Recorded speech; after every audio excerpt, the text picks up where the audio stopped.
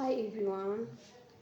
आज म एउटा कुरा सेयर गर्छु कि मसँग धेरै मान्छे भन्नुहुन्छ कि तसँग त धेरै पैसा छ, कपाल यस्तो यस्तो बनाएर हिँड्छ है भनेर। अनि तिनीहरू मलाई देखेर पनि रिच जस्तो भन्छन्। अब मेरो फेसै अब खातीपिती घरको भएपछि त यस्तो हुनै भयो होइन। सानैदेखि राम्रो खाएको राम्रो फ्यामिलीमा आएपछि त तर मेरोसँग त्यति पैसा छैन कि म आफ्नो कपाल यसरी कर्ली गरिराखौँ। यसैले भन्दैछु कि आज जति मान्छे मलाई भन्नुहुन्छ नि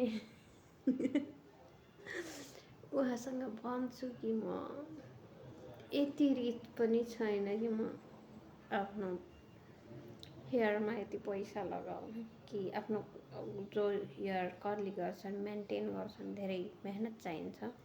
यो भनेको मेरो विरासतमा मिलेको हेयर हो। मेरो पापाको यस्तै हेयर छ, मेरो बजैको पनि यस्तै थियो अनि मेरो पनि छ, मलाई विरासतमा मिलेको हो। र सबै मलाई त्यति हाई लेभल नसोच्नु होला, म सबसे low middle class. Okay, thank you.